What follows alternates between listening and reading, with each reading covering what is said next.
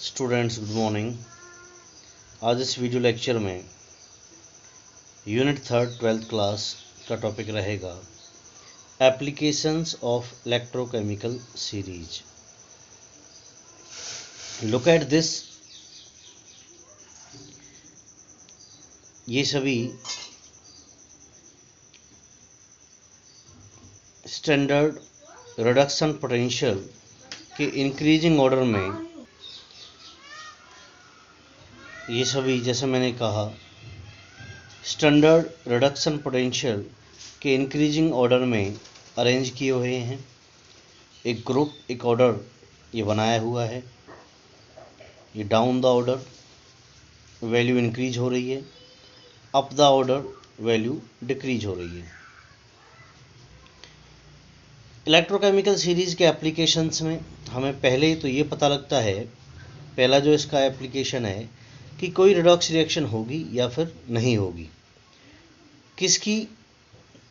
किसी given metal की oxidising या रिड्यूसिंग पावर क्या होगी।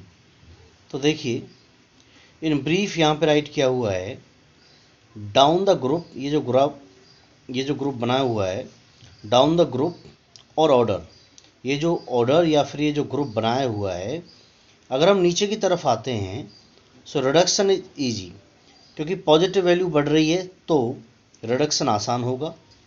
और रिडक्शन के साथ चलता है ऑक्सीडाइजिंग एजेंट।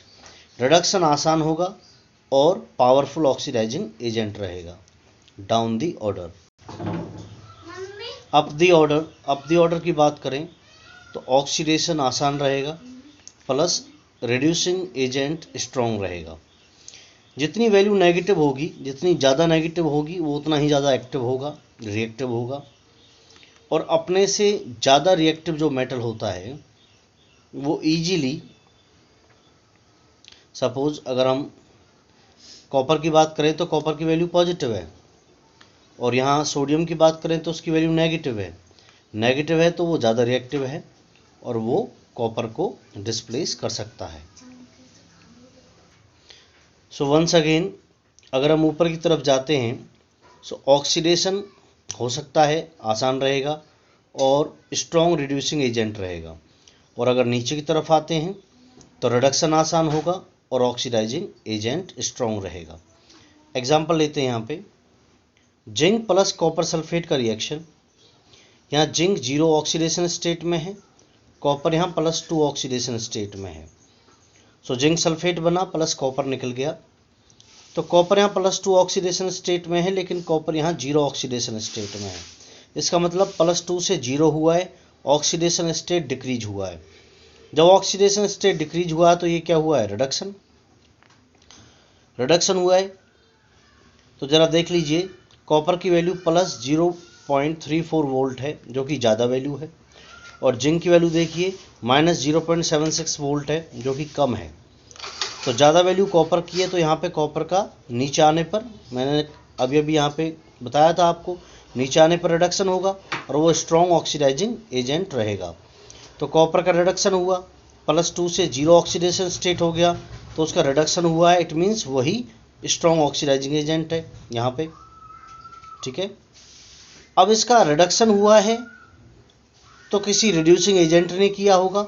तो यहाँ पे रिड्यूसिंग एजेंट कौन है, जिंक, क्योंकि जिंक का 0 से +2 ऑक्सीडेशन स्टेट हो रहा है, इट मीन्स इसका ऑक्सीडेशन हुआ है। क्योंकि जो ऊपर वैल्यूज़ हैं, जितना हम ऊपर की तरफ जाते हैं उनका ऑक्सीडेशन हो रहा है। तो जिंक का यहाँ ऑक्सीडेशन हुआ है, और वो किसका रिडक्शन कर रहा है, वो कॉपर का रिडक्शन कर रहा है। तो जिंक यहाँ पे क्या हुआ, रिड्यूसिंग एजेंट हुआ। तो जिसका रिडक्शन होता है वो ऑक्सीडाइजिंग एजेंट होता है, और जिसका ऑक्सीडेशन होता है वो रिड्यूसिंग एजेंट होता है।